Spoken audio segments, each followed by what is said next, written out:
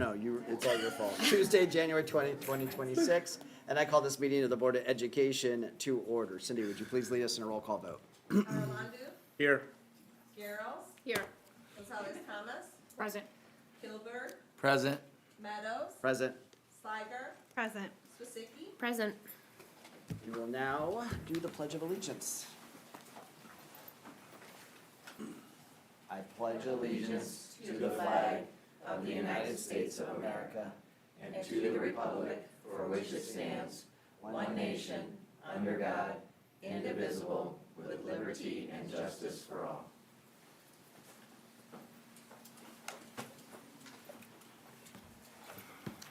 Tom, are there any items to add or remove from the agenda? We have just one item, our celebrations. Unfortunately, the student from GMS and family could not make it tonight, so we'll have them come back next month. Awesome, thank you. However, it's just you guys today. So this evening, we are celebrating and recognizing the Batavia Special Education Parent Network.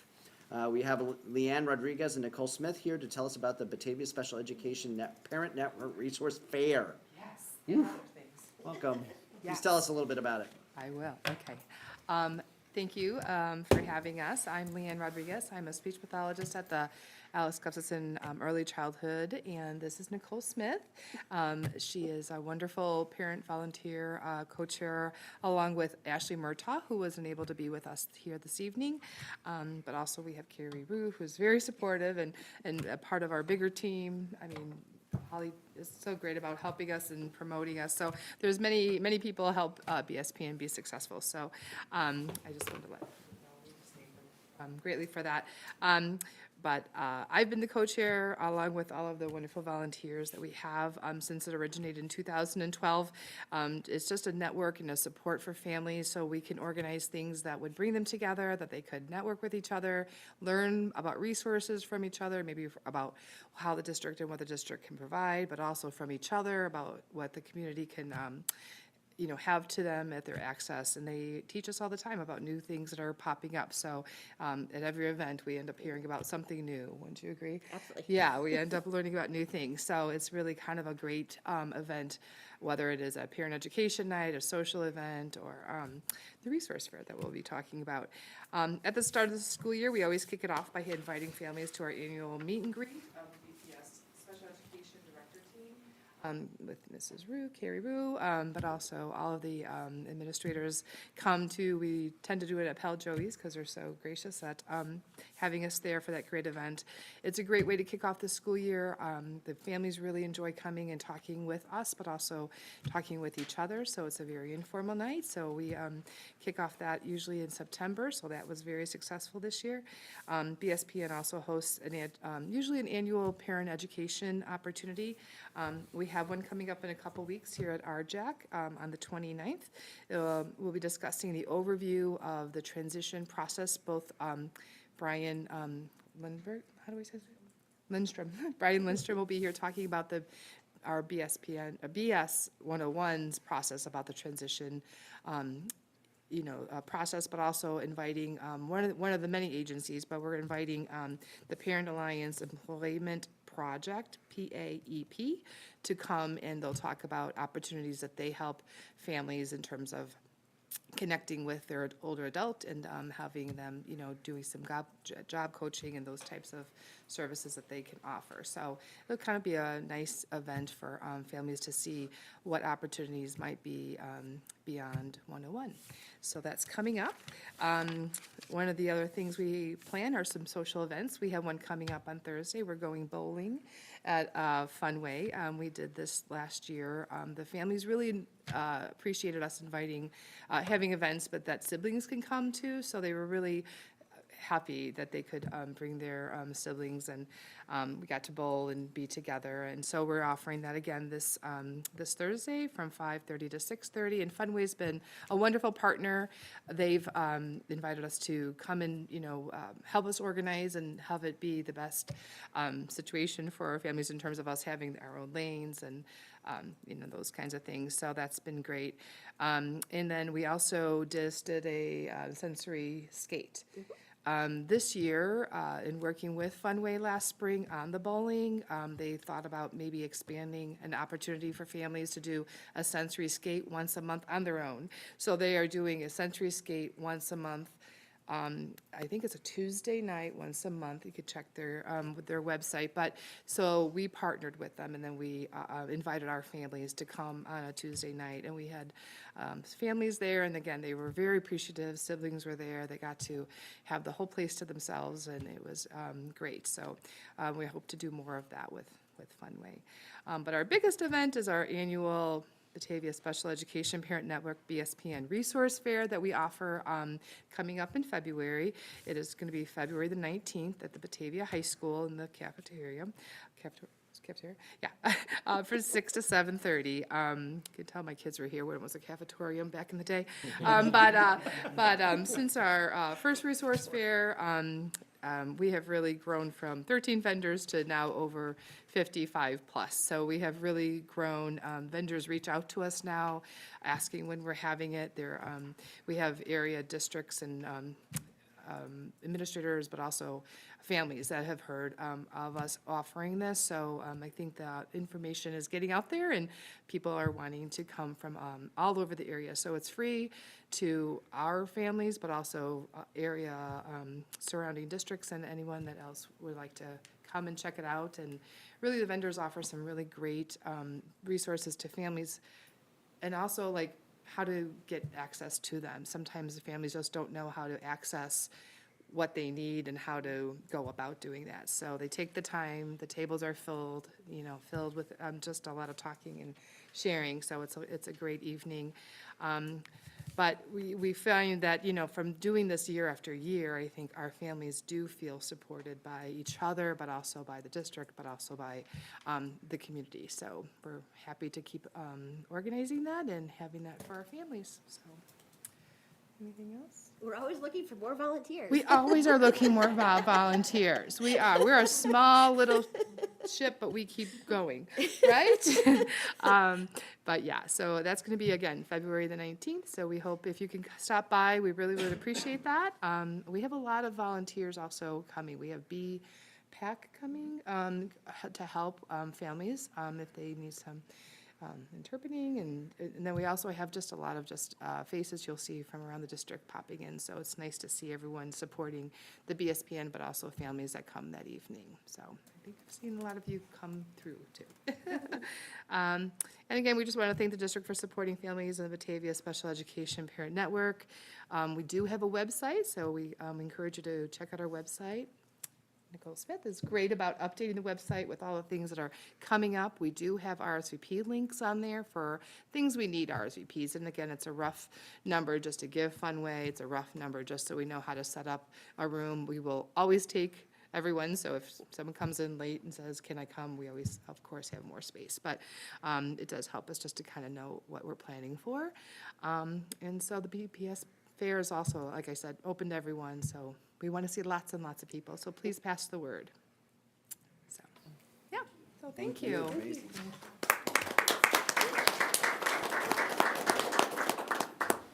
Holly, do we have anyone to address the board today? We do not. Okay, thank you. On to BPS Partners, BEA President Drew Ray. Can we do walk-up music? Is that a thing? Can we request that? Kind of tried to Is get there there with like a it, but it formal wasn't, yeah. process sorry. fit? Beatbox? Tom, can you beatbox for me, or? No, you. I tried. Hi, everyone. It's been a while. Hope your 2026 is off to a good start. Before I forget, Cindy was kind enough. You should have flyers for the BEA Trivia Night in your folders. It's February 26th this year at the Moose. Round of applause for Leanne for all the organizing and everything she's done for the BEA. 6:30, 8:30 at the Moose. All the proceeds benefit our BEA scholarship. We look forward to seeing everybody there. Just a couple. Oh, and get a table, and maybe the board could do a basket. Oh, Wow. Just laying that out. I'm just making requests tonight. I'm just gonna keep going. All right, guys, I think the challenge has been laid down. Wouldn't that be a great idea, everyone? Yeah. You don't want anything from me. So just a couple things for you tonight. First, I always like to report back when the BEA and district administration are engaging in some good old-fashioned problem solving. Over the past 4 weeks, we've had a variety of discussions around our approach to professional learning and how we prioritize that learning as a district. With the abundance of curricular shifts, as well as the ongoing need to be responsive to our students and expectations from the state, there is a limited amount of time for this work to happen. Additionally, we don't want to overload and overwhelm our staff either. This challenge isn't going to go away anytime soon, and I'd like to thank the administration for their willingness to be flexible and creative as we continue to strive to meet those needs. Likewise, next week our EL staff will be meeting with district administrators to discuss what's going well with our EL programming across the district as well as areas for growth. The association is looking forward to these conversations and appreciates the shared commitment to supporting our EL staff and students. It loves me some good faith, future-focused problem solving, and I hope we can all continue to lean into that energy. With that in mind, although we are not formally starting until around this time next year, the Batavia Education Association has already begun the preparation process for collective bargaining. Negotiating a new contract is a great example of aligning our values with the structures that support educators and students. Speaking of which, I'd like to send positive vibes to our brothers and sisters in the Rockford Education Association. They've been working without a contract since the start of the school year and are advocating for fair wages, reasonable workloads, strong working conditions, and professional dignity. While the BEA and the REA are in different stages of bargaining, our goals are deeply aligned. And finally, if you'll indulge me for a moment, I'm a Bears fan, hell or high water. There were lots of emotions at the Ray household on Sunday night. It's been quite a wild ride this season. But so this past Friday, I was dropping off some paperwork for our building reps across the district, and I was over at Louise White. And as I was walking out, there was, I think it was a fourth grade class, and they were walking to PE. And a student yells from across the cafeteria, we call it the cafeteria, right?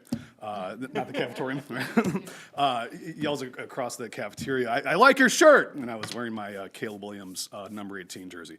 So I did what any adult would do, and I turned around and just went, "Go Bears!" And about 10 to 12 kids in response also screamed much louder than I did, "Go Bears!" And I share that with you because communal excitement and communal commitment towards a common goal, whether it's for our beloved Bears, our beloved Bulldogs, or our beloved school community, that's a hell of a thing. So I'll leave you with the immortal words of Coach Ben Johnson. Good, better, best, never let it rest until your good gets better and your better gets best. That's a mindset I think that every school district, including ours, should probably always strive for, and I hope you agree with that. Solidarity forever with BESPA and our union siblings in Minnesota. Peace, love, and Bulldogs. Good night and good luck. All right, student ambassadors, Kaya and Grace. Welcome back. Yes, we missed you guys. Happy Missed New Year. you. Long time no see.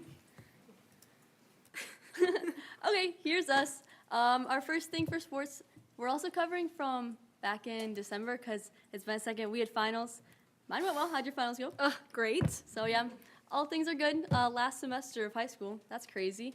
But we're glad to be back. For sports, a lot of things have happened, especially for celebration, like wrapping up different seasons. Wrestling had their senior night. That was really sweet. Everyone was taking their pictures. Celebrating a great year. Our girls wrestling especially, I know, has been like super successful and it's been growing at like rapid rates over the last couple of years, so that's really great to see. Boys basketball placed 4th in conference, 11-7, so go them, go Bulldogs. The cheer team placed 4th place with a record high score, so that was really wonderful. All of our sports are great. And then dance team had their conference, and they placed 4th, and then they have another competition on Sunday at Huntley. That's our sports updates. Okay, so this one has some interesting pictures because there's not been like too much, especially with like finals coming up. So we scavenged as many pictures as we could get. Incoming freshman night, that was to help all the different 8th graders kind of get to see the different clubs. That's always a huge success, and it's great to see like all the new littles that are trying to find their clubs and their interests, and they're just going to flourish over the next couple of years because Batavia does such a good job supporting all of our interests and our futures, and however far we want to go, we can do that here. So that's like a picture off to the right center. We have some students sitting down. They were talking about Key Club. I love Key Club. Then we had Right for Rights with Amnesty. That was actually today. So that's a really big project that Amnesty does every year where they write to, like with certain issues, they write to different prominent leaders around the world kind of just to advocate. And it's a really fun thing that we're able to be a part of. So that was today. Pictures should be on Instagram soon. But we did the best with what we had because I was there. So that's the picture we're getting today. Then for Youth and Government, in December, they had another legislative pre-session to go over bills. Everything's going great there. We have some pictures dropped in. The group is really big this year, and they have a wide, different spread of issues that they're working on, so we're proud of them. The Girl Up had their annual Single Moms Drive. That's on the left top. We packed bags with self-care items for single moms in the community, brought that to United Way, again, a great service project. NHS had their snowman showdown with the food drive to give to the food pantry. So students were able to get involved with the community there too. They went door to door passing out different notes. It was just really great to see everybody getting together to help with a pretty prominent issue. And then we got to watch our teachers run around the school in snowman costumes. So always a win for us. And then the Duquesne Conference, they had a chess tournament on January 10th. And then there were a lot of different Duquesne Art Conference winners. So we can see that on the TV back there. But our arts program is great. I thought it was there earlier, but we always have good art. There's art behind you. All looks nice. They start us early, but that's our club updates. Okay, and music and drama. In December last month, there was Festival of Carols, which is the top 2 choirs and some orchestra students, and they just get to play. Some of the drama program juniors and seniors get to go to Theater Fest, and some of our improv team members made it into all-state improv, which was amazing. Swing Singers competition season is starting next month. Actually, it starts on Valentine's Day, so it's a little bit sad. But the winter show for improv is right there. You can see my beautiful face with my tongue out. Government Inspector is the winter show. It's actually next week. Everyone should come. It's going to be hilarious. And there's a jazz concert happening right now. It's All City. All City, yeah. All City. I was going to say All State. All City. So the middle school is there as well. And then RMS, I did not find very much. Their musical is February 20th, I believe. It's Legally Blonde. They're also at All City Jazz. They had their NJHS induction last week. It was really cute. And their wrestling and basketball seasons are actually going really well, I think. Okay.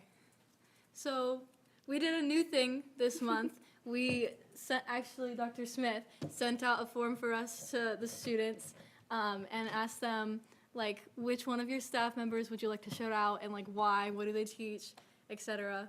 And we did it by grade level. And we have little things that, yeah.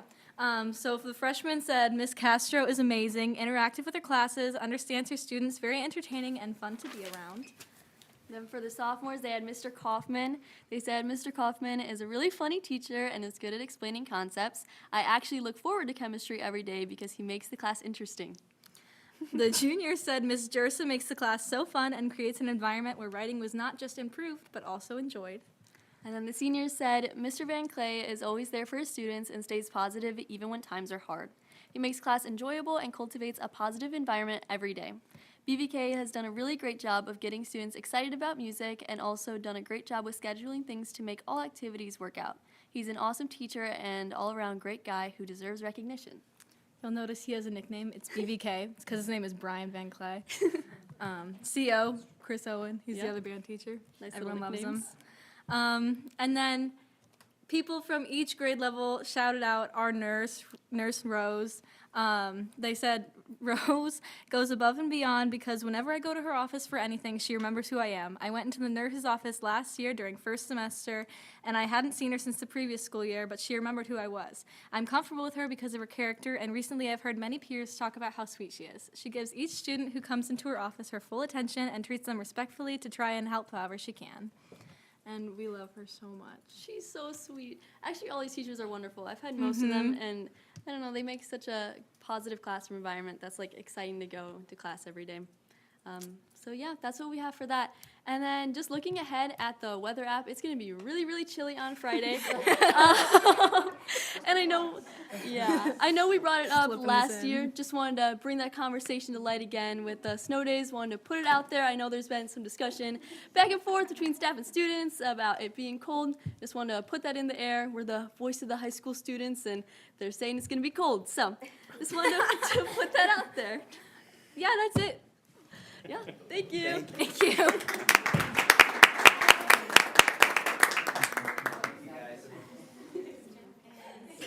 Throw that out there and then run. I appreciate the moxie there. Speaking out. All right. Yeah, right. All right, consent agenda. According to our board policy, we designate a portion of the action items of the agenda as consent agenda. For those items that usually do not require extensive discussion before board action, these items generally are routine, recurring, and can be grouped together for efficiency.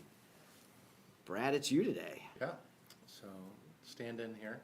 5.1 and 5.2 are the approval of the December 16th regular meeting and closed session meeting minutes. 5.3 is the destruction of closed session recording as the time elapsed for keeping those has gone by. 5.4 is a small personnel report. 5.5 is our regular payroll and bills. 5.6 is the acceptance of donations, so a special thanks to the Music Buffs and Batavia Youth Athletics for their donations for uniforms and gear for our teams. 5.7 is the approval to renew the student photography contract with HR Imaging. And 5.8 is the approval of the consent agenda. Does anyone have any questions or comments? Hearing none, I will entertain a motion to approve all items in the consent agenda as presented. So moved. So moved by Katie, Second. second by Aaron. Cindy, please lead us in a roll call vote. Shasiki, Yes. Gilbert, Yes. Gonzalez Thomas, Yes. Arlandu, Yes. Garrels, Yes. Meadows, Yes. Sliger, Yes. Thank you. Motion passes. Reports, FOIA. Tom? All of the FOIAs that we received have been processed and presented to you in the report. I don't know. Any questions? Any questions? Okay. Treasury report. Tony? The treasurer's report and its attachments are there for your review. Nothing out of the ordinary for this month to share. Any questions for the nothing out of the ordinary? Okay. Thank you. Committee updates, Tom? Yeah, so, we're in the midpoint of the year, committees are flowing, and I know board members have been able to attend, so I don't know if there's anything any of our board reps would like to share in particular, but as what we've been doing as our fairly recently, new practices, including our messages that go out, we've been putting that into the board book for the board, and just for transparency to anybody in the community. So, I don't know if anyone wanted to share. I'll share one committee update that the Hall of Honor is still accepting applications for the Hall of Honor. We're accepting them as late as February 1st, and you can drop them off here, or you can go to hallofhonor@bataviafoundation.org to get an application. And we accept nominations for teachers, friends of the district, and I'm blanking on someone, Oh, my friend. Graduates, alumni. alumni. Well, they're all alumni, yeah. Not necessarily. Well, not all alumni, you're right. Yeah. So we encourage you. We have a lot of great nominations, but we're always looking for more, so there's still time to nominate someone. Any others? For RAC, we had a discussion, there was a discussion about a new subdivision that I think was supposed to be J.B. Nelson. They're currently being built.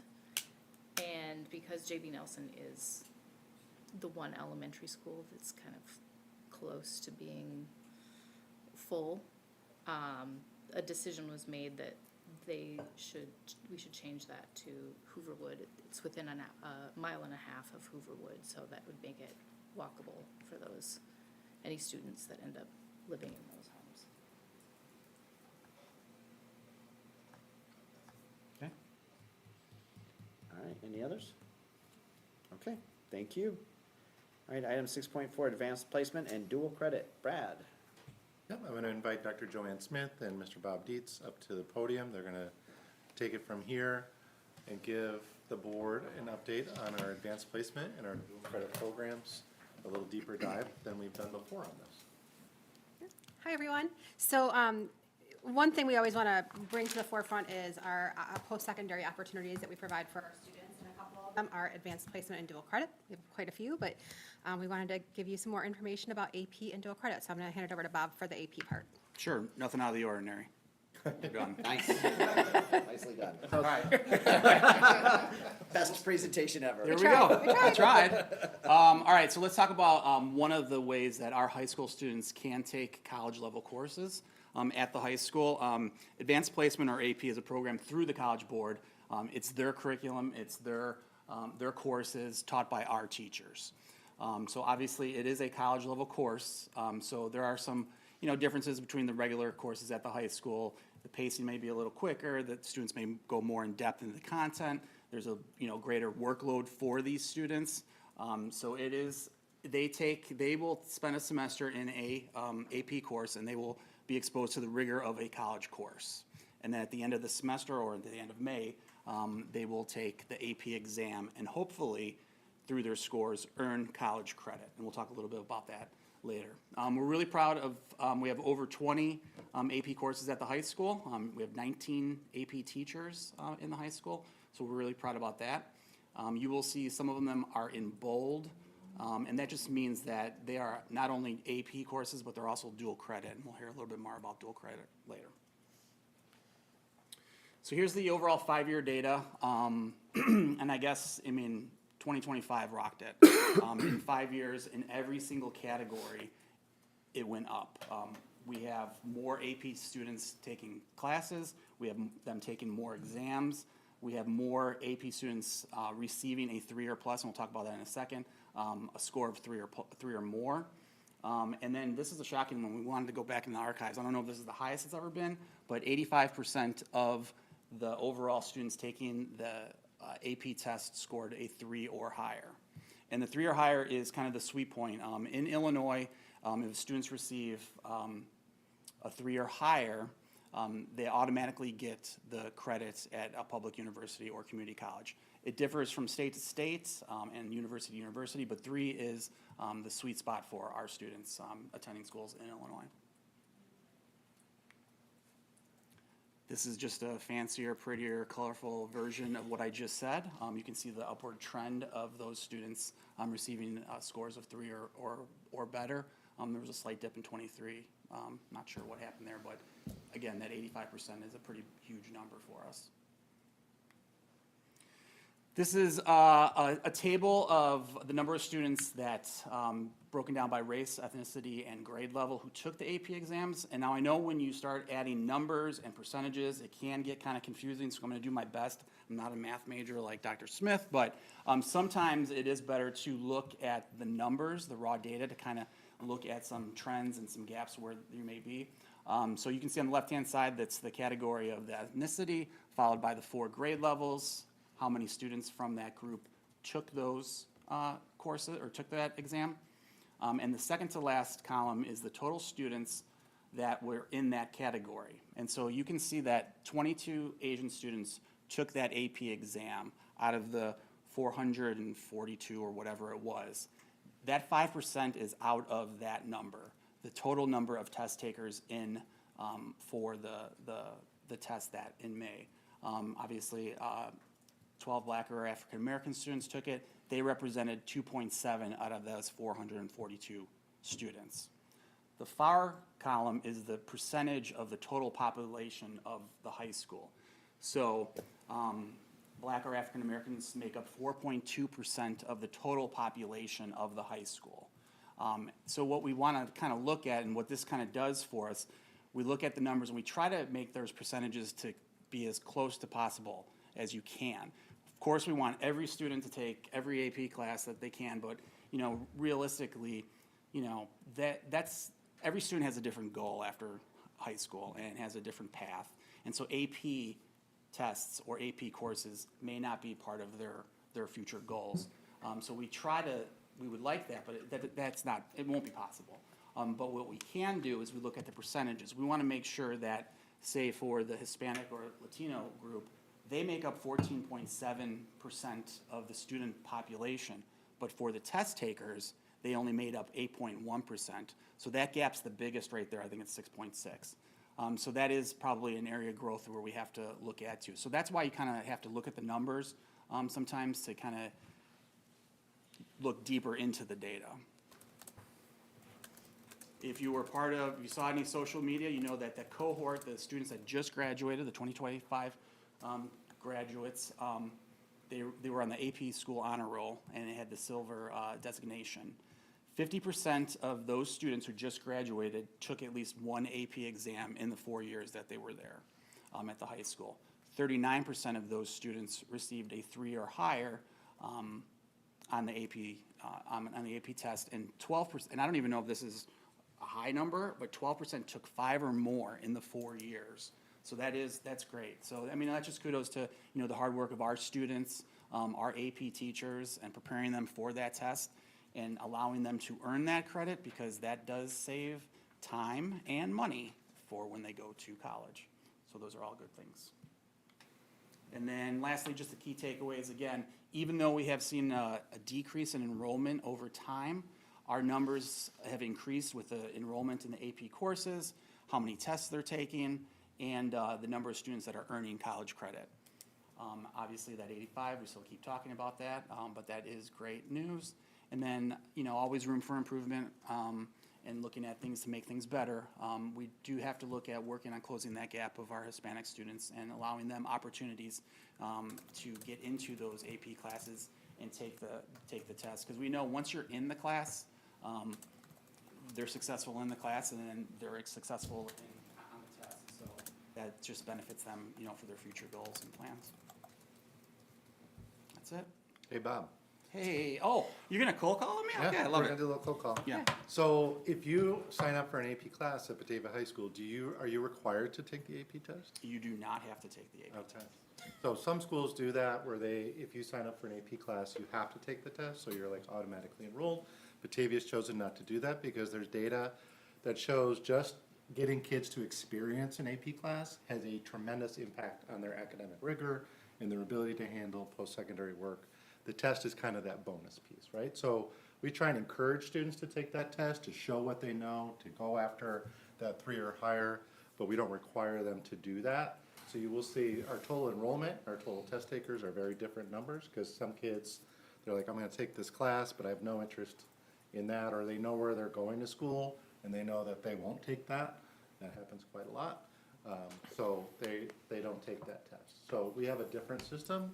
Some neighboring districts down the river here have a very different system where it's a required part of that. I have a quick question. How much does the test cost? I believe last year was $105. That's per test, correct? Correct. That's probably more than But we do. The parents gotta pay for it, yeah. Yeah, we try to run it even, so we have to obviously pay for, subs sometimes, and the test itself, I think the test itself is $90 from College Board. So we try to keep the payment, obviously, as small as possible for the parents, because we do know that is a concern at times. Can I just ask like a scenario, if a student is interested in taking an AP course, what kind of, is there some kind of process with like teachers that like guide them, like saying, hey, maybe right now is not a best time to take this course, or yes, we think you're ready to go into this course? Are we giving them that sort of guidance? Yeah, I think with any course, whether it's AP honors or, dual credit, they have conversations with their counselors, and they look at their test scores from previous years and how they're doing in the courses that they're in right now, and kind of trying to guide them on what's best for them.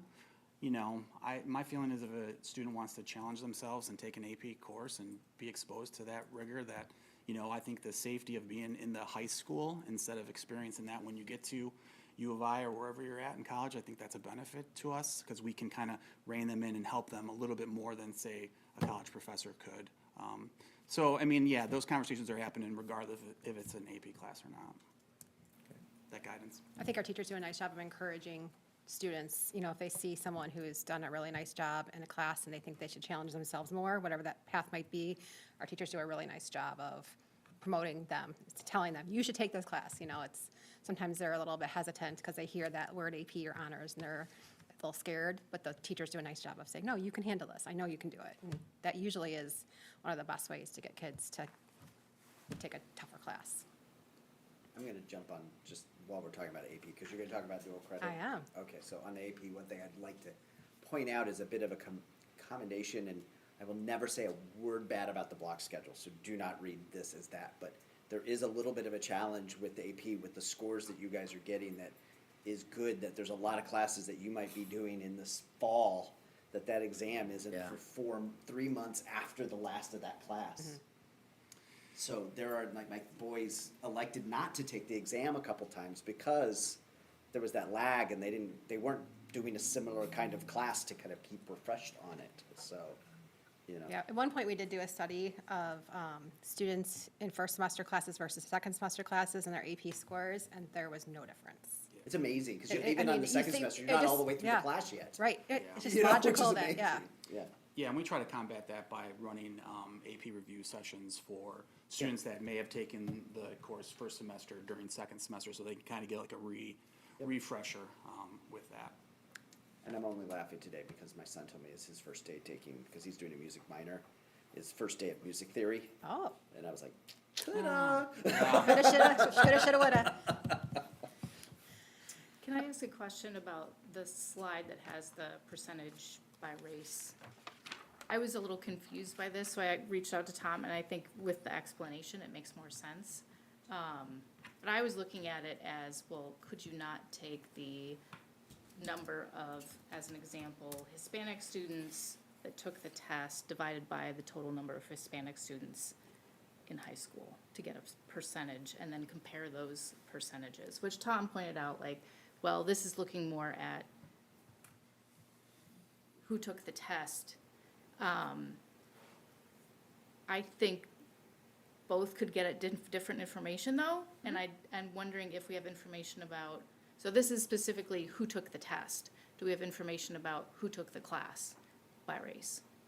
We do, I don't have it on the slide. but Okay. Yeah, we look at it on a regular basis. Yeah. It's similar. Just one other quick comment. Congratulations, by the way. I think these are phenomenal results, so keep. Thank you. Yep.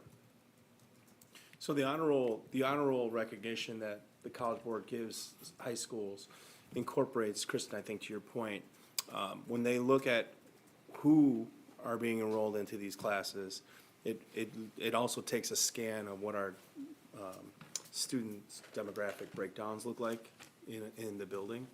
And that's what helps, is one piece of the formula in providing that recognition. You know, if we had, like for us, we don't want to settle there, right?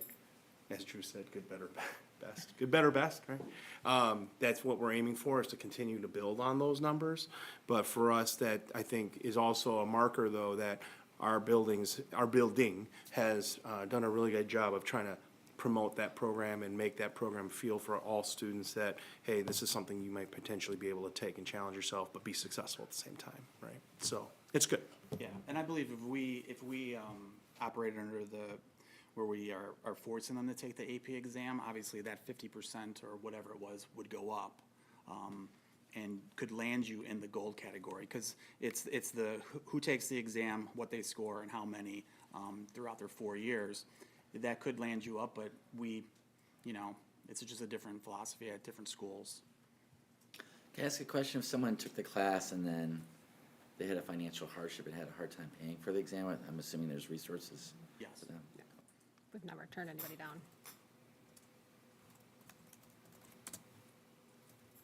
Are we ready for dual credit? All right. So the major difference between dual credit and AP is dual credit is in partnership with a local school. Most of our dual credit is in partnership with Wabansie Community College. For AP, in order to get the college credit, you must take the test and get a 3 or better. For dual credit, you have to take the course and pass the course. And so it's a little bit different. So you're getting that credit from Batavia High School teachers. Our Batavia High School teachers are accredited by usually Wabansie. We have one class on here that's through College of DuPage, but that's how they get certified to teach the dual credit class. So they we're in partnership with that university, so they get that university credit. As soon as students are enrolled in these courses, they start a transcript at Waubonsee Community College, for example, once they start taking these classes. So the courses in bold, like Bob mentioned, those are classes that are AP or dual credit, and we let students choose. So we let them choose if they want to do it for dual credit or for AP. There's a few of those, and those teachers are just dually certified, and so we let the students choose. Okay, so lots of benefits to dual credit. There's not many downsides to dual credit. College credit early, again, kind of that same idea as AP, where they're in our classes with our teachers, getting the support of a high school environment, but doing that college level coursework, getting that rigor, understanding what that looks like while they're still in high school. Early credits, I mean, some of these kids are leaving high school with 12, 15, 18 college credits. And it's not unusual at all for our kids to leave with that many credits. And then obviously cost savings, which I'll talk about in a minute here with some real numbers, but it is significant cost savings for our families. So here's an example. So it costs $36 at Batavia High School to take the first year Composition 1 class. That is a Waubonsee Community College class. That's 3 credits. So it's $12 a credit. For those of us who are paying college tuition right now, and both of us are, I can guarantee it's a lot more than $12 a credit hour that we're paying right now.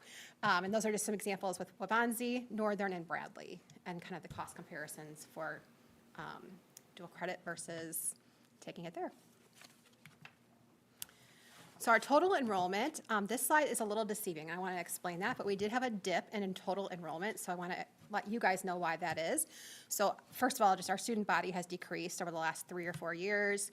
AP enrollment has increased, so if kids are taking more AP, they're taking less dual credit. But number 3 is probably the biggest reason, and it's confusing, so I want to explain it. So in the past, in 2022 and before that, our first year composition class, which is our senior level Waubonsee English class, used to be 1 semester long, 6 credits. And so the kids were earning 6 credits. So it's like, if you can compare it to like a 101 and a 102 English class in college. After many years of doing that, we just were realizing that it wasn't working for our students, it wasn't working for our staff. It was putting 6 credit hours in 18 weeks. And when you're talking about writing and getting that writing cycle and getting feedback to students and having them fix and draft and revise, it wasn't working for us. And so we actually split those classes now. So if you are in first year composition 1 at Batavia High School, that's a semester long class and it's 3 credits. You also have the opportunity to take first year composition 2 as a high school student and get 3 more credits. In the past, before 22 and before that, you were in first year composition, so that was a double enrollment. So every kid in first year composition was basically counted twice. So that 1492 includes about 300 kids counted twice for first year composition, if that makes sense. So that's number 3 is the biggest reason why you'll see those dip in numbers, is just because we made that decision to help our kids become better writers. And then we are seeing, finally, I mean, we harp on this at every 8th grade orientation night, like not every kid has to take every honors AP class under the sun.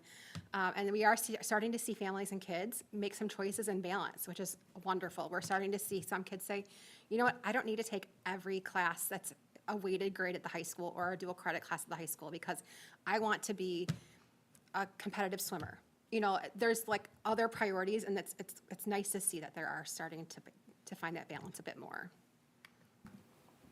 This is that same idea breakdown. We do get these numbers from Waubonsee Community College.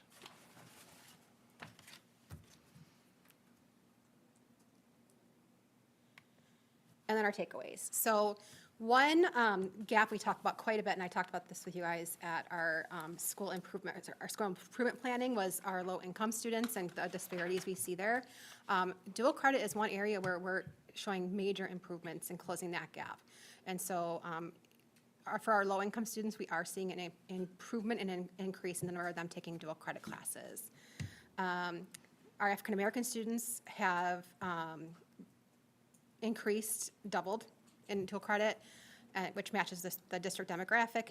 And then with our EL students, we have an opportunity there to try to help them get that level of support and that level of rigor at the same time. And my last slide is just talking about what's the future. So just in AP, there are some AP Physics options there. It looks like next year we may have the opportunity to offer AP Physics 2 for the first time in a while. We have enough student requests there to potentially do that. With dual credit, we are looking at strengthening our relationship with College of DuPage, as well as our Waubonsee Community College. College DuPage offers more of those arts experiences for dual credit, like the culinary arts you see up there. So we're working on those. It's just a matter of getting our teachers certified at those schools and getting those credits lined up and the curriculum lined up. But there's some opportunities there for some future, more dual credit classes in the future. And I'm going to hand it over to Brad to talk about the Success Network. Sure, the Success Network, Tom's work on the Aurora Education Commission has been great of finding partners who are doing really interesting work. And I know some board members are very interested in data. The Success Network has a great website, so if you Google it, they have some great dashboards up which show about post-secondary enrollments and these types of things all across the state. So I know Mr. Kilberg will ask me, like, how are other schools doing in this? There's a dashboard on the Success Network which will show you can drill down into any district within the state and look at their post-secondary work. It's just a valuable resource, and we would probably not have known about it without Tom's work on the Aurora Education Commission, and Edith at the Success Network is a great partner for us. So appreciate that. It's a good source of data if the board wants to, or the community wants to dig a little bit deeper. So I'll just make a comment. So I think this is just outstanding, like a shining star in our district. And I always use my anecdotal story of my daughter who probably was out of balance, and I think she did take every AP class against our advisement, but she entered college a sophomore. But beyond that, I always ask her, like, did you feel prepared for the rigor? And of course, there's always an adjustment, but she said, yeah, I was ready to study, to work. I think any student or any family that has the opportunity to take advantage of this, it would be a wise choice.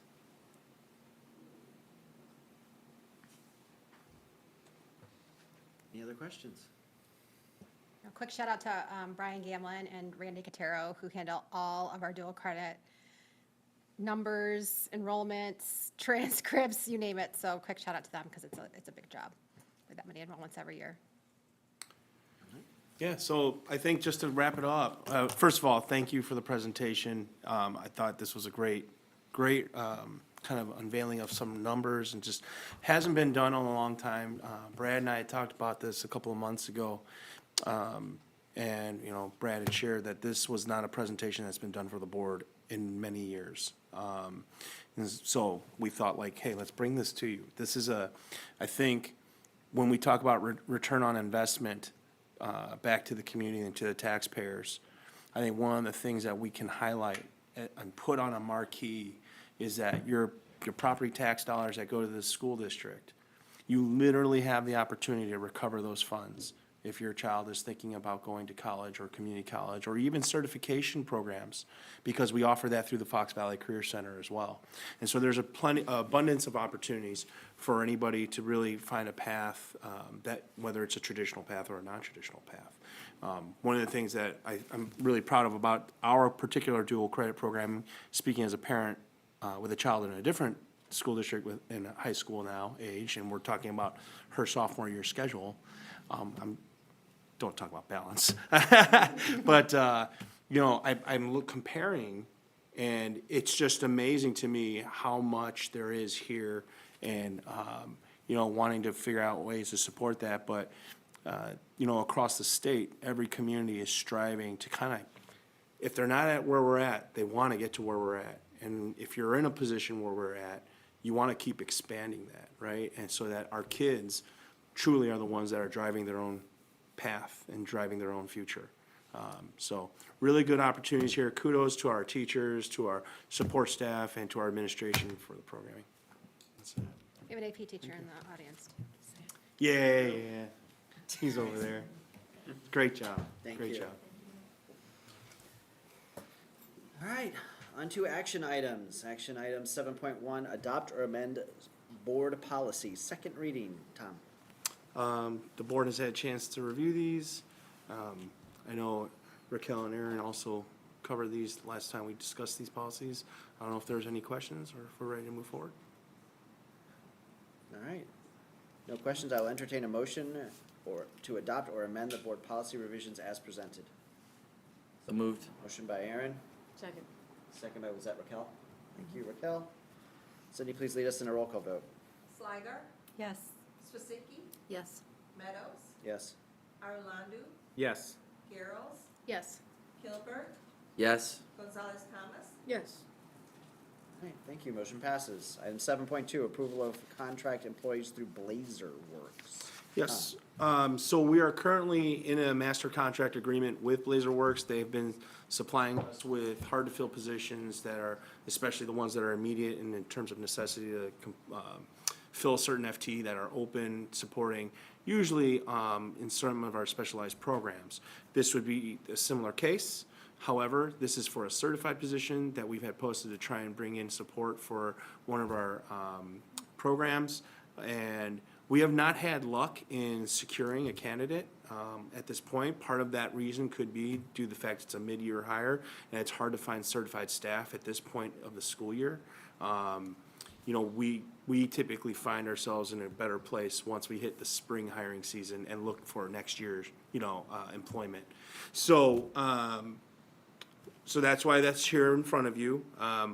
We have a program that has been growing, even currently through the school year. We've been adding on some students to have, different types of learning needs, and they've fallen into eligibility for a program. We're going to try and make sure we get the support for those teachers in there. And so what you have in front of you is an ask for a $50,000 allowance, which is why it's coming to the board. It exceeds the $25,000 threshold. And it's a contract worker, so they'll be compensated at an hourly rate of $94.50, which is the contract rate. But in total, we're looking to help fill that gap for this remaining semester. And then I know Carrie and the team have been looking through options to fill in staff for next year. Any questions? Will this still be posted on our internal website for hiring this year? For the current semester, Yes. is that the answer? Yes? Yes. Yes.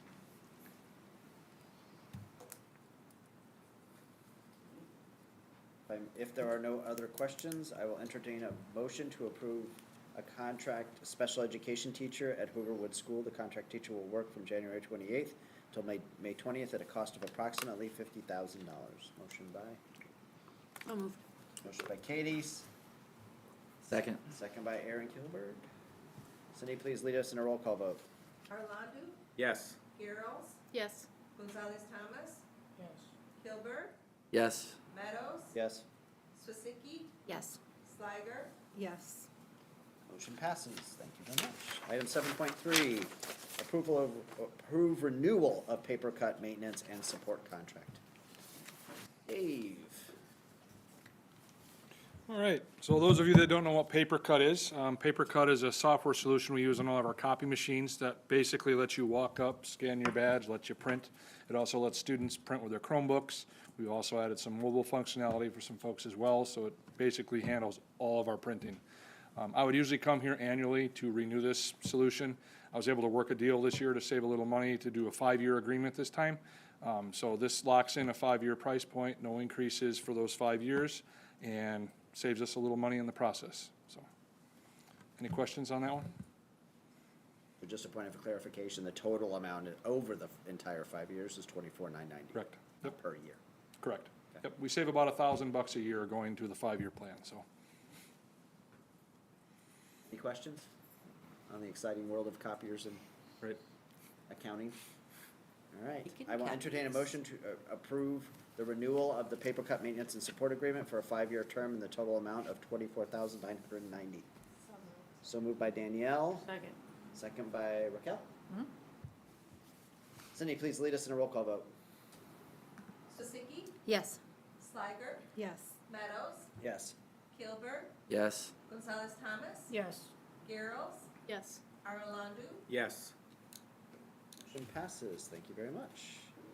Item 7.4, the authorized purchase of student and staff devices. This is another annual purchase that I do. So this I've kind of consolidated together to actually save some money here as well.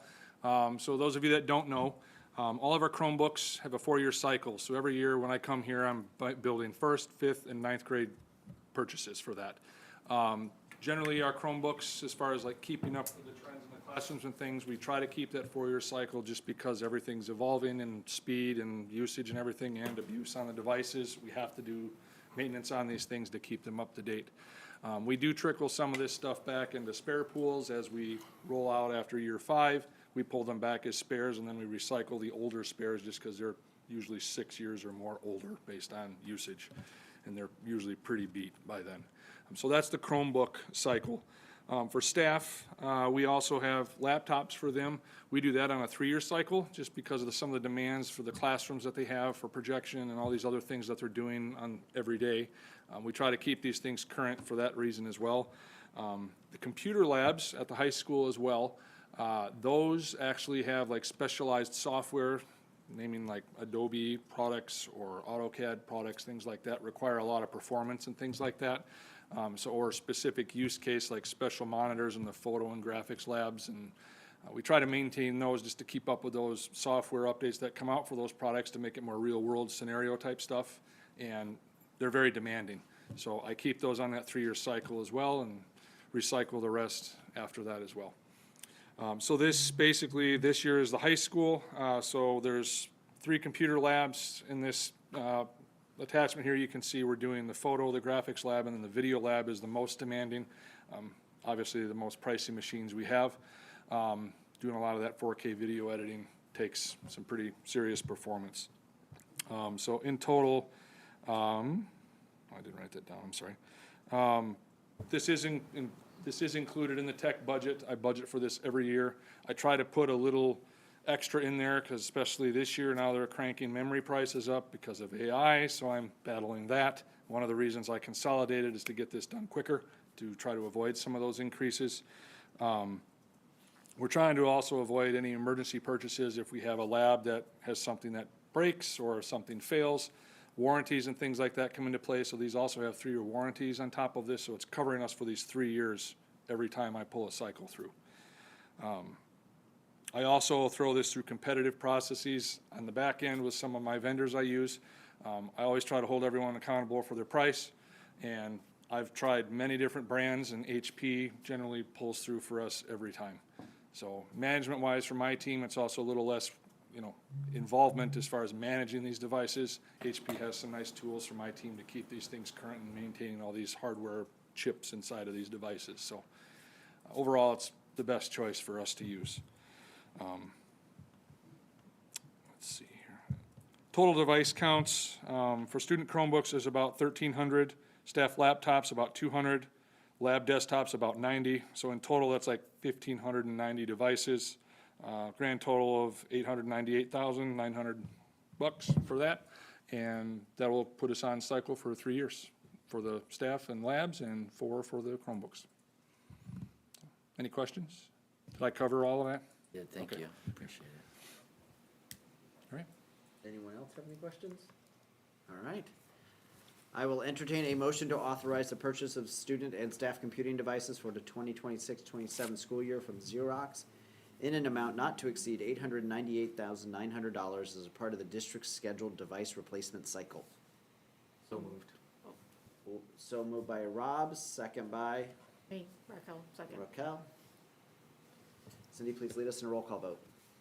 Gonzalez Thomas, Yes. Arlandu, Yes. Swisicki, Yes.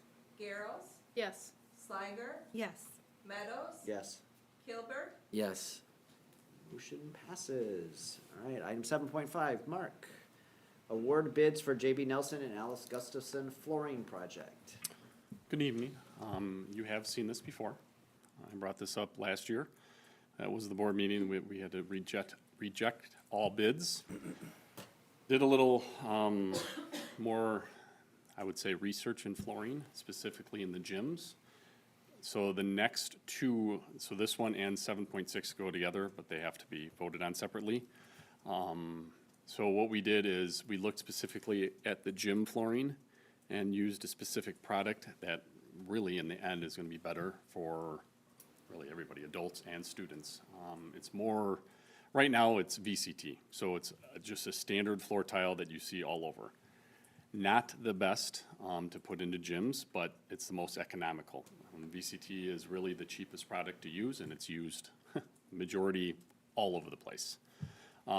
This will be better, it's gonna last longer. It's not only gonna be better for students, it's gonna be better for really after school too, for different clubs. I mean, our gyms are used all the time. So I know I'm combining these, but it's easier to explain if I do. We also went out bidding, and it's a different product that was used. We weren't as specific this time. And in general, so if you combine them both, and we added in the kitchens in both schools too. That was VCT as well. Not, again, not the best product to be used in a kitchen, really definitely not in a kitchen. So in adding that and from last year's price, we're gonna end up saving just over $40,000. Which, considering when I'm usually up here talking, I'm not talking about a savings, usually ever. I'm talking about percentages of like 18%, I think about a month ago I just talked about. So I think overall, we saw much better pricing in the general bid. And then the other, with the gym, it's very specific. We were able to choose the flooring we wanted because we went through what's called Sourcewell, so it's already bid out competitively. So between those two, I feel much better up here this time around talking about this project. This will get done really as soon as school's out. Again, it's some demo you have to worry about and get those demo contractors in there, but it will take most of the summer to do both buildings. So one building each will take about a month to, I would say, to 5 weeks. So the first one, you were just voting on just the hallways and cafeteria at both Gustafson and JB Nelson. And then I'll stop, and then I'll talk more specifically about the next one. Any questions on the first one? I know we're not voting on the gym flooring now, but you said the floor for the gyms would be better. Is it like softer, or what makes it more? Yeah, so there's more padding in it. So the best way to describe it is if you've been in the field house. Yeah, that's what I was thinking. It's not the field house flooring. I don't want to say that at all, but it's a version of that. It's more of like a rubberized type floor. It's a Jur floor, if you know. I'm looking at Craig because I know Craig knows what a Jur floor is. So it's used a lot at like civic centers and things like that. It's really, they have different product lines that basically the thickness, and it is used for elementary gyms. Because right now we don't. It's not like a hardwood like basketball court. They have like tile. No, it's tile on concrete. Yeah, it's very hard. Yes. Yeah. Yeah, so the only elementary school that we have that has a wood floor is Louise White, and that's been that way for a really long time. I don't know the number of years, but it's been a wood floor and to my knowledge and history, that was done through a basketball program at the time. They needed another gym to use, and it was Louise White that they picked to do it. So, I know last time there was only one bid, and now there were quite a few. Is it because a different floor was used? Well, last time we did have more than one bid. We rejected it because it was just too much. It was way over budget. Yeah, different flooring material helped. We changed the pattern a little bit too, less cuts, not as many cuts, and that obviously drove down the labor as well. And then I think it was when we had the tour of HC Storm, you had mentioned that you're trying to get consistency with flooring so that it's more easy to replace and repair. So is this, Yes. are these two buildings going to be the same? And Yes. that's the idea that Yep. at least they would share the same type of flooring? Yeah. And really, the long-term goal is just to continue to do this, throughout the buildings, because flooring needs to be replaced, but obviously there's, you have to start somewhere, and these are the two schools that definitely need it the most. Is it something similar to what Storm got, or is it something completely different? Yeah, so we blended, so Gustafson and JB Nelson had the entryways done 3 years ago now, 3 years ago now. So the entry as you walk in has different flooring, but then as you go, right or left, The flooring is just a VCT, so we tried to blend that together. So there's a lot of things you have to look at because you have door frame colors, you have door colors, you have lockers in there, you have, all kinds of things. You have to, blend them, and you don't want to put something in there that's difficult to clean either. So this too will be much easier to clean. You don't have to wax these floors, so you just use a floor scrubber. So, that will help too in savings.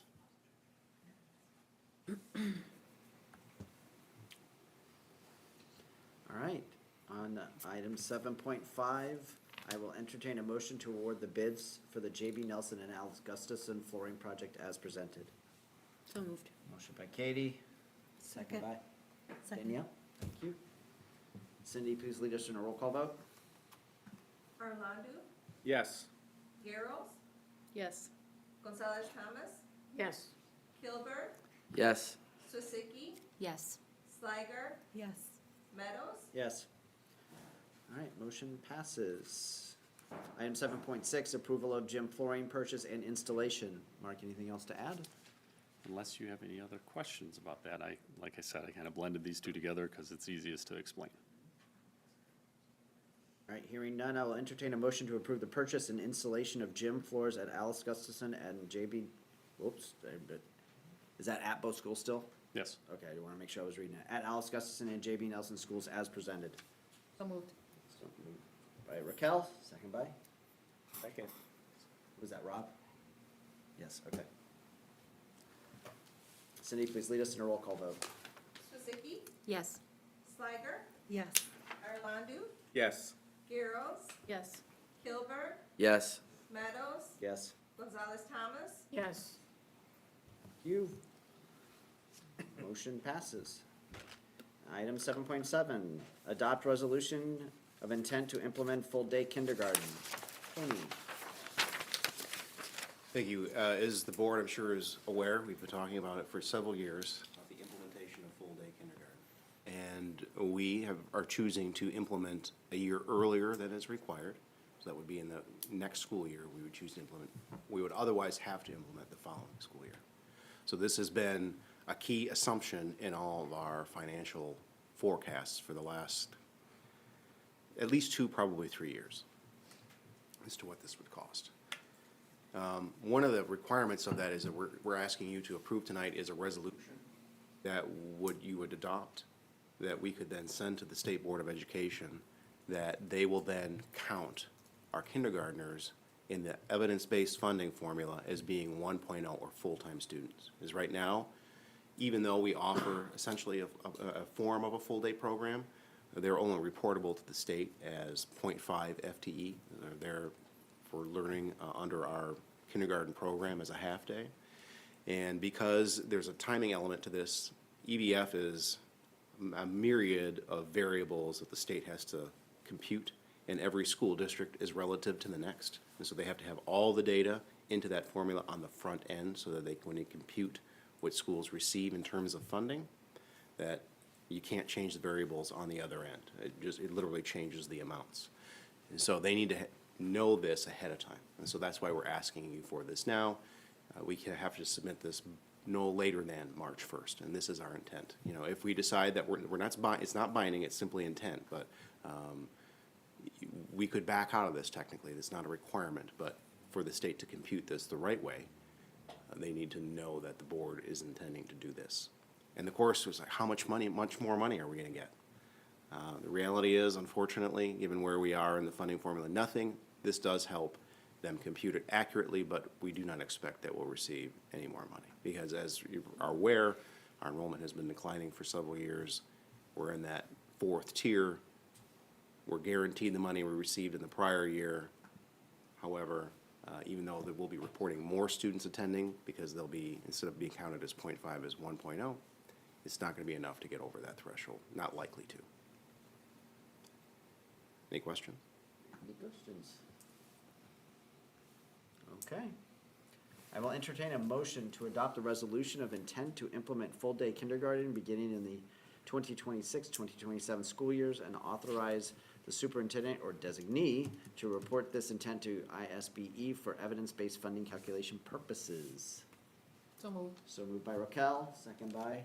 Second. Second by Kristen. Cindy, please lead us in a roll call vote. Meadows, Yes. Kilburg, Yes. Steiger, Yes. Swisicki, Yes. Gonzalez Thomas, Yes. Arlandu, Yes. Garrels, Yes. All right, motion passes. Thank you very much. That wraps up our action items. So item 8 is for board discussions. We have 2 items for discussion today. The first one is meeting dates for our May, June data presentations. So as you guys may have seen from Tom's updates, the thought process is instead of spreading these out to multiple special meetings over time, is to just do both the buildings and the district in one presentation on one special meeting date, to not conflate it. So that aligns a little bit about what we've talked in past meetings as boards of trying to say, okay, we're gonna do special meetings for these special things, and then kind of minimize our long hits on our long board meetings as much as we can. So it's gonna move those to a special date. Anybody have any objections to that concept? Just so I'm making sure I fully understand. So we're gonna do the schools and the central office ones in the same. It's same day. Okay. But a separate kinda get- meeting. Yeah, right, it'll be its own meeting. Its own meeting though, right? Yeah, it won't be a regularly Yeah. scheduled board meeting. It'll be a special meeting. What did we run on those meeting links this last time around? What would you say? Was it 2 hours each? The buildings went probably like 2.5. Does that sound about right? 2.5, guys? And then I think the district night one, hour and a half, maybe? However, one of the things we can do a better job of is making sure is that we have a little bit more of a streamlined presentation as we come forward. I mean, I think we got better from year 1 to year 2 on it. We can, by the time we come to you at the end of this year, we'll work as a team to consolidate that as if it goes to one night. Are you thinking, Mr. Orlando, that's too much in one night? Yeah. No, no, my point is, are you thinking, or is the idea behind this this provides the presenters some benefit? Or are you thinking that Well, I this think is you're a gonna hear benefit then to the us? message all in one night is one of the benefits, added values to it. You're hearing what the buildings are doing to finish up the year. And then boom, right there, we're also gonna provide you with the overall picture of the whole district after you just heard what the buildings have all been doing. As opposed to a month later, or weeks later, doing the district one. Well, this meeting can also start earlier than 7. Yes. Hint, hint, hint. Yes, exactly. So just from my perspective, what I liked about having separate meetings was focus, that at least I'll speak for myself. The focus I had for each of those meetings, I felt very in tune with listening and taking in the messages that were given. I worry when we extend past 3-4 hours that, we tend to naturally lose some focus. And I don't want to deprive any of the presenters of our attention to their messages. So that's my concern. If it's 4 hours, I think, especially if we start at 7, maybe if we start earlier, it might be a little bit better, but that's my thought on it. I share your concern. So the other thought that went into this, as I understand it, was also to manage the number of meetings we had to do, because at the last one, we had people that weren't able to make it to those days. Okay. So this is also a thought process toward, and I'm just putting it out for discussion, to say, okay, if we have one date known early enough, it's a special day, it might be a little easier to manage that, and at least people that are there can hear the consistent message across to all levels. But I share your concern. 3+ hours is a long board meeting, and I also agree that if we do that, in my opinion, we should shoot to start earlier. So that we can shoot to finish in Can I time. share, the time for the night, or for, one of the meetings was 1 hour and 42 minutes, and the other one was 1 hour and 39 minutes. Okay. So it was a little over 3 hours for the 2 meetings. On top of it, Cindy, thank you. Data. It wasn't a 3-hour meeting. So about 3-ish hours. There's, I agree. I would hope as we get used to giving these presentations and hearing the presentations that we get more comfortable digesting the data.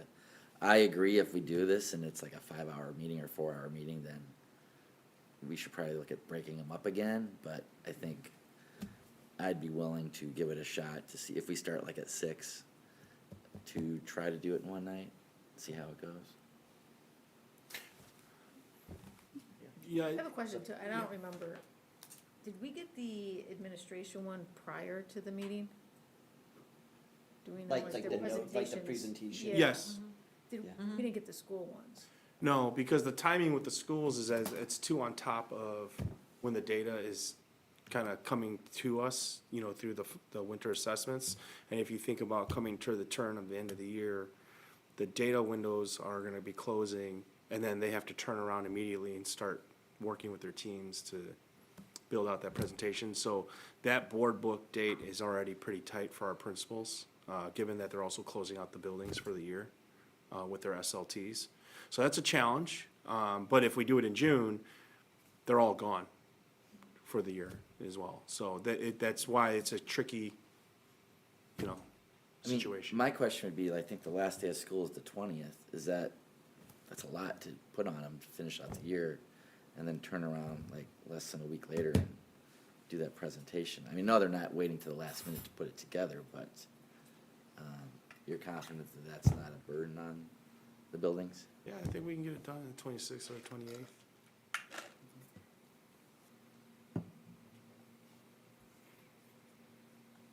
So if the meeting was 3 hours long in total from the 2 sessions, does the board feel that that's a doable number? Yeah, for me, that's a doable number. Because one of the, just to add to what Craig said, one of the things was the chase on finding a good amicable date too. So that's why we tried to like narrow down the calendar already as we came to you to give you some ideas or options. We worked it out as an admin team to say like, okay, principals and district office teams, we can definitely do the 26th or 28th. Those are open. That's why we're just trying to help you guys with the calendaring of a date. Yeah, right now I'd be good with either date. I'll be on vacation for both of those. Oh, okay. But I don't want me to be the thing that holds that up. Okay.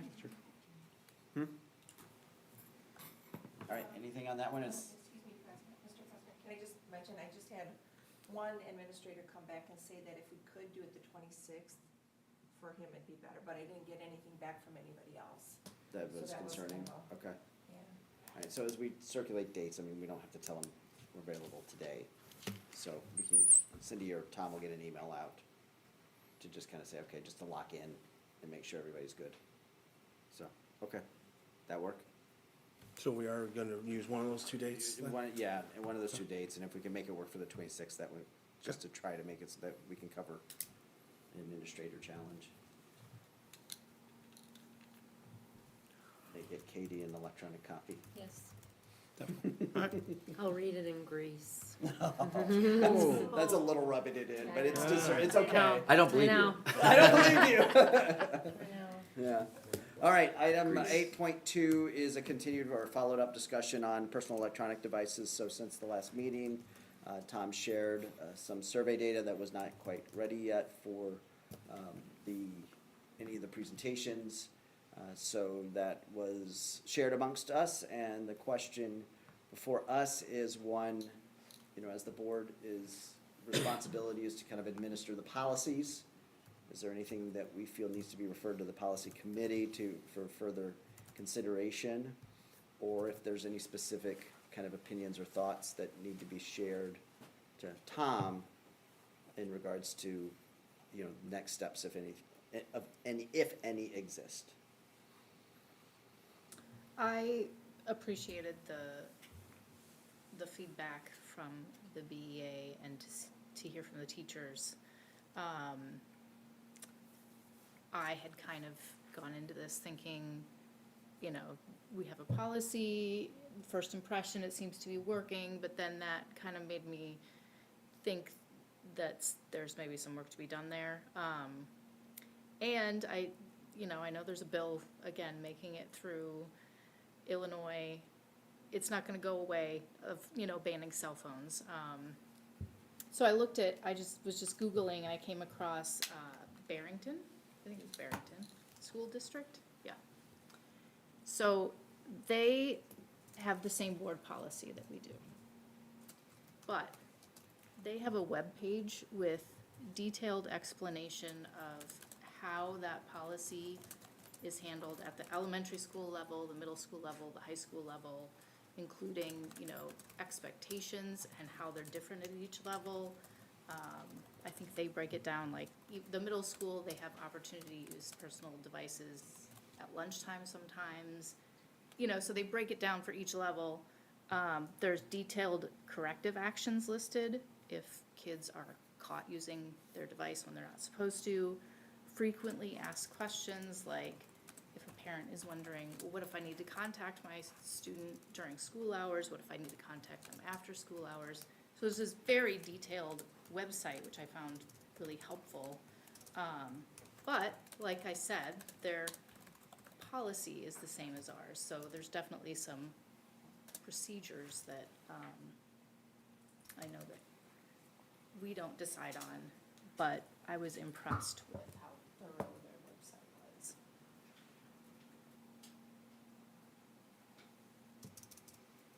Thank you. I think the other thing too is the smartwatches. We probably have to make sure that the smartwatches are in the policy.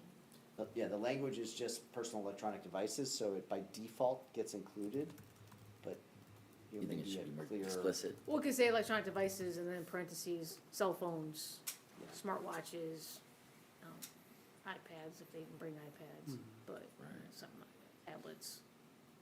I think we could spell it out a little bit more, because I don't think people feel like that's a personal electronic device. The Yeah. timepiece. It's a lot, right. That's a clear issue, though. That came through very clearly at the elementary level, that is a struggle. Yeah. So you think maybe we should review, the policy committee should review that language to be a little more explicit on what's defined as a device? I think we just add that example. That might make sense.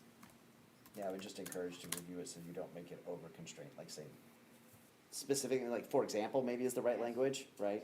So, yeah.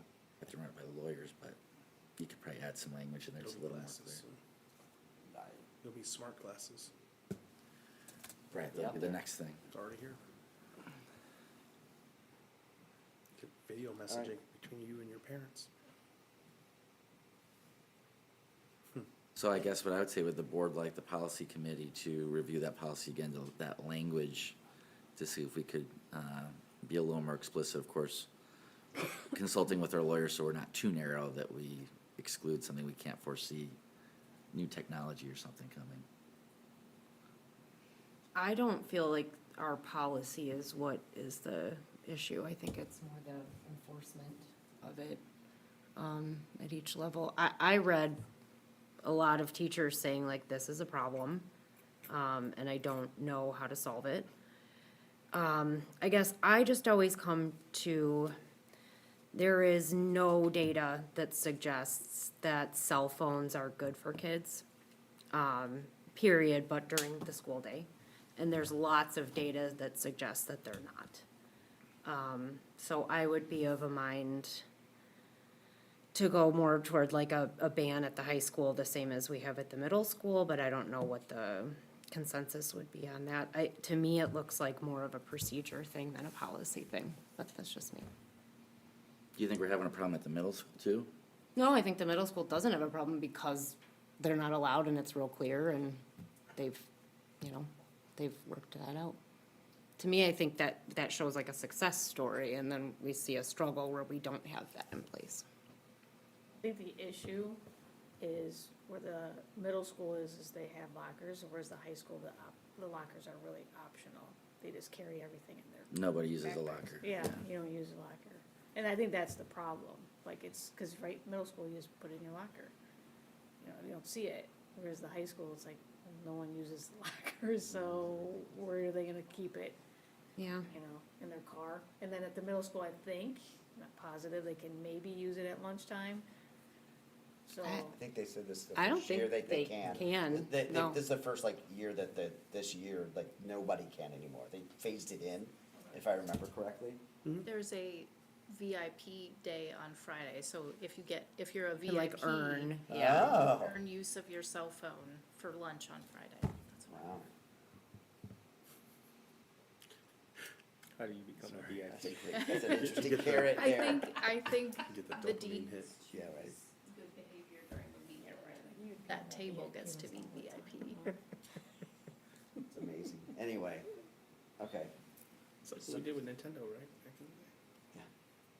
So is there, because our current policy states, for Katie's point, that is teacher discretion effectively about the use of it in the educational environment.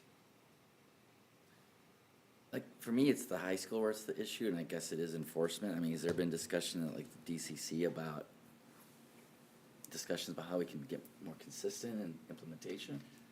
Actually, we had a robust conversation. You know, part of the questions that we have are, what are the other 72% of our staff thinking? You know, there was a 28% return rate on the survey itself, right? So you have to just wonder, you don't want to assume what are those 72% people thinking, right? We want to dig into that a little bit more. But within the responses we did receive, it was clear, you know, that the high school staff were struggling, and I think if you looked at the comments piece of the survey, it was a really wide range from, we just need to get rid of them, or ban them, or put a hard policy in place, to, like, I feel like I'm fine, but what the challenge is my colleague, you know, that they're coming from or going to in the next class has a very different set of expectations, or to some, there are some who said, I think I'm fine, I think I can manage this. So, there's an opportunity to probably look at the procedural aspects at the high school, you know, similar to what some other buildings have done, you know, whether it's through the SLT at BHS, or possibly a discussion between leadership with the BEA leadership reps and administration. I think there's some avenues that could be tackled. I think the idea that the notion that it's a procedural area to address and seek makes sense to me, because it allows you to kind of be nimble to what the needs are, you know, especially with the age groups. You know, you mentioned smartwatches at the elementary level. That's definitely clearly an issue that was being cited, and who the culprits are our parents. Texting, and the kids are expected to kind of like start clicking and respond to their parent. So, you know, that's the idea. And I don't know if some of you have seen some of the messages that our principals at the elementary schools sent out, trying to remind people that, hey, if you want to get a hold of your kid, please call the main office. Don't use these, right? So we at DCC went through a wide range of things. We didn't want to make any presumptions about what we thought the board might want, so we kind of had a great discussion about it, what some ideas could be, but then we wanted to see where the board landed. If the board's landing on maybe not necessarily a policy change, but maybe it's more of a procedural thing, we can take that back, and I can start working with Drew, and we can kind of start calibrating what that might look like, you know, to move forward. But we wanted to make sure we had an understanding of where the board wanted to be with this. I think that's where I would land right now, because if there's confusion, then we need to get clarity. And also, the survey was pretty small in scope, so there's that whole other majority of people that didn't respond. So if there's a way to capture more of those voices in the process, that would probably be valuable as well, I think.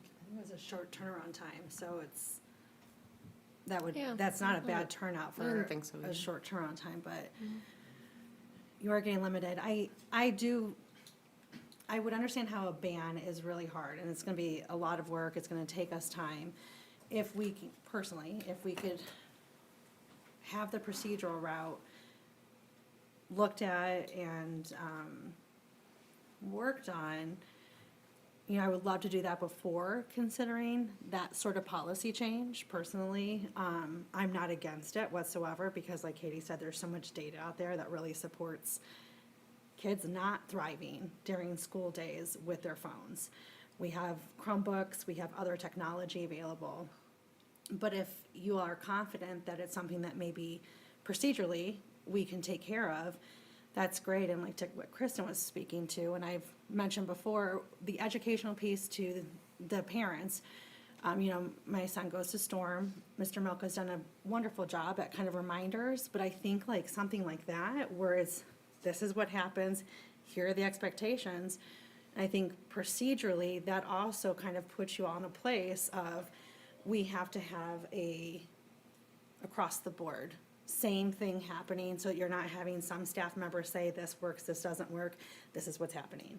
And then that, I would like to really see that educated to the families on a regular basis, whether it's a website, whatever it is, but right now, I don't know that there's anything that really parents can turn to and have a really clear understanding.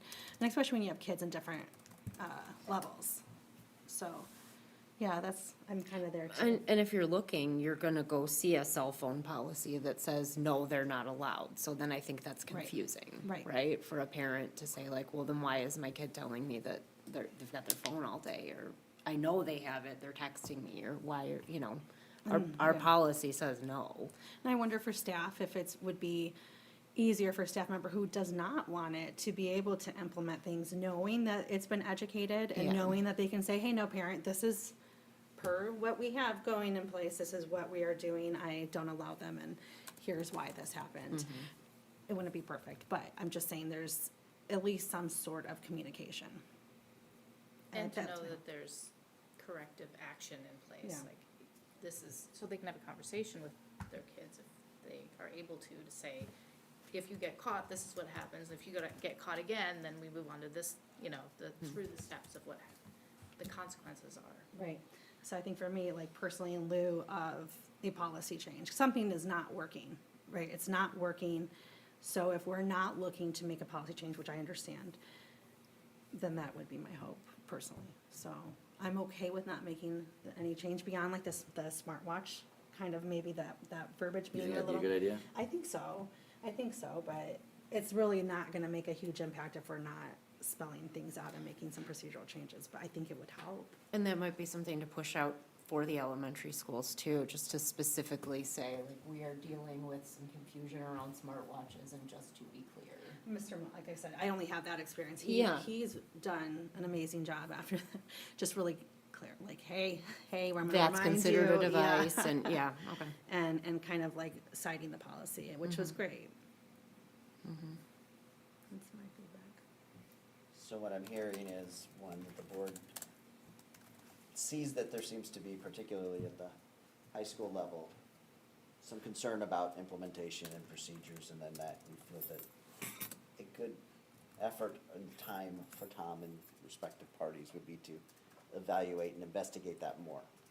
Whether that means also finding out from the other ones that were either didn't respond, didn't have time to respond, or felt they didn't need to respond, to get a little more breadth of understanding and utilize that through the process of evaluating that. Put it back in the hands of, in a lot of ways, staff and teacher discretion to clarify. Yeah, and I think I'd want to look at the data again, because the discipline data that's been reported isn't maybe entirely congruent with what is perceived to be the big issue, but our discipline data is not reflective of that. And so we also have to kind of like, you know, from a study standpoint, like understand where the gap is on that. And I think, again, it may come down to procedural differences and maybe needing to shore up the uniformity in how, from one classroom to another, that's being handled with our students. I don't know, you know, those would definitely be things to explore, yeah. Put it back into the hands of our collaborative processes. Absolutely, absolutely. Okay. And then the second part is for our esteemed policy committee to go back and take a look at it from, is there a mechanism to cite some specific examples as a reminder within it to make it clear? Got it. We'll get a date on the calendar. Do we want to Thank you. set a time for, so we're all have the same expectations about when we might be presented with more information or feedback that adds to? Do we do it? I'd like to have an opportunity to talk, not just with my team, but with our BA colleagues as well. Just to, because we're right now in the midst of a scope of different initiatives that we're kind of plugging along through the year right now. So I just want to make sure I gauge what our bandwidth is as a team to give you an accurate timeline to that. And then maybe what I could do is provide that in a weekly update. That, if that satisfies the board, I can share that with an update once I've had time to check in with everybody. Yeah. Okay, so you'll provide a bit of an update about the timeline and when you think there will be capability of focus on it. Yeah. Does that work for everybody? Okay. Anything else on item 8.2? All right. Item 9, administration comments. Tom? All right, so, as we enter a new year, there's a natural opportunity for all of us to reset, as the tradition with the new year, but to reset all of our hopes, our intentions, and our commitments to each other as a school community. Tonight, my message is really simple. Let's make this a great year together, not by chance, but by choice. Let's will it to happen by being good partners to one another across all roles, across all perspectives, and across all BPS community stakeholders. When we are curious and actively listening and working collaboratively, I truly believe that we strengthen the foundation that supports our students here in Batavia. When that partnership is strong, our schools become places where students feel safe and valued, where curiosity is welcomed, questions are encouraged, and learning feels meaningful. Progress comes from a shaped purpose, a steady effort, and the belief that what we do together truly matters. So I'd like to kick off the new year with a lot of gratitude here and say thank you to our board members, our staff, our students, our families, our administrators, and community partners for their leadership, trust, and commitment to the Batavia Public Schools. I'm grateful to move into this new year alongside all of you and making it a great year. That's it. Thank you. Board comment? I'm not forcing Is that how we Kristen go to to you? first Is this that how time. it works? Seems to be every time. We never come the other way, do we? You got, hey! Okay. There we go. I just wanted to wish everybody a happy Martin Luther King Jr. Day, a little belated. And I want to read my favorite quote by Dr. King. What is needed is a realization that power without love is reckless and abusive, and that love without power is sentimental and anemic. Power at its best is love implementing the demands of justice, and justice at its best is love correcting everything that stands against love. And I just want to say that I hope power and love can come together in these spaces this year instead of being antithetical to one another, because those two things do not cancel each other out and they have to exist at the same time. So thank you. Thank you. I mean, to go You after are- that. you are- To go after that. Yeah. You could I don't have anything prepared. I wanted to say to Bob and Joanne, the incoming freshman night was awesome. You guys, there was someone there, they had like, this was their seventh time being at a freshman night. I was just like, what? What? This was my first one. And I did have to call out that Bob mixed up, Britney Spears and Taylor Swift. People were like freaking out. It was not planned. It was great. It was great. But you guys did a really phenomenal job at like bringing together. It's a lot. Okay, I'm like, I'm having a hard time. But you really did a wonderful job pulling everything together. And, you know, my friends and I were talking that just community is hard, even at elementary, but in middle school, it kind of changes a little bit. And if your kids aren't, my daughter's more about like, you know, she's in student council and she got inducted to National Junior Honor Society. And so I don't get a lot of those spaces with parents in her grade. And it was so great to come back and to like be in the same spaces, see these kids who are like giants now, but they were so excited just running around from table to table, and they're just so excited about what their future holds and the options. And it was just a really cool night. And you know, just speaking of community and these kids, we know we've been getting a lot of emails about girls flag football and the community these young ladies felt together, and the number, you know, I know you can speak to it, Erin, a bit too, because you were part of it, but it's really cool. Just to see what that means to each, like, different groups of kids, and in hearing them, actually, our kids are amazing speakers, and I will always give them so much credit for that, but to write an email so well, and just to speak up for what they desire and what really makes them happy and feel part of a community. It's been really, really, it's really nice to read and just inspiring. Community is really important, especially in hard moments and all of the various moments. So I really appreciate the night that was put together. I appreciate the ability for communities to come together. I'm not going to go into the girls' football much, but I hope that we can make some sort of effort, because we have kids yelling, like, this was an amazing opportunity, amazing community, and I love that so much. So that's, I guess, communities where I'm going to leave it, and I'm just really happy for some of those spaces that we can have that community. Very good. Yeah, I'm a big supporter of girls flag football, of course. So, yeah, I love to see that, kids speaking out. I'll be short. I just want to thank everyone who helped us get ready for the second semester. It's a lot of work to get that machinery moving again, and especially in this extreme cold and weather. I am also always very cognizant of the men and women that are working so hard to keep our streets and parking lots and walkways clear and safe. I was up at 5 o'clock this morning, and I saw several vehicles out there doing their work. That's pretty thankless work, hard work, and but it's absolutely essential. So thank you to all those people. I just say welcome back. Let's have a great second half of the year, and yeah, let's stay warm. Thanks to everyone that's keeping the buildings warm and just keeping everyone safe. I'm going to echo that. Hopefully everyone got off to a good start for the second semester here, staff, students, administration, teachers. I wanted a couple shout outs. One is had an opportunity to go to the Best Buddies gift wrapping at prior to Christmas.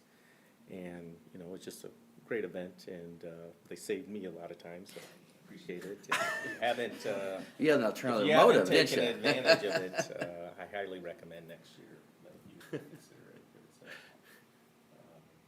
they do a very nice job. So I do want another shout out.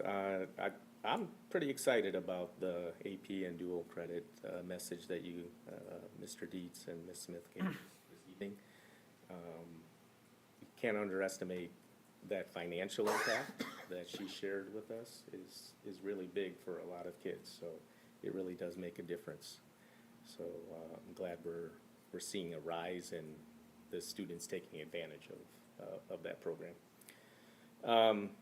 And then just, you know, over the break you get a chance, especially with the age of my kids, to talk with some of the returning students. And you know, of course there's always some comments, but in general it's just positive to talk with these young people returning to Batavia from their various locations, and they still have a lot of love and respect for this community.